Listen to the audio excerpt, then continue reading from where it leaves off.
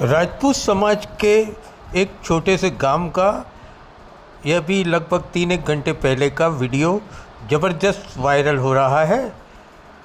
राजपूत समाज के गांव में हर घर को चबाने के पैकेट दिए गए।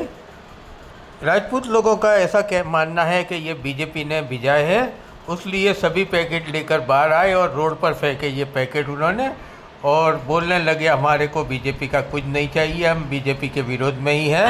હું દાંડીપુર ગામમાં આશાબા વાઘેલા એટલું ભાજપ વિરુદ્ધ અમારા ઘરે ઘરે ચવાણું આપી ગયા હતા।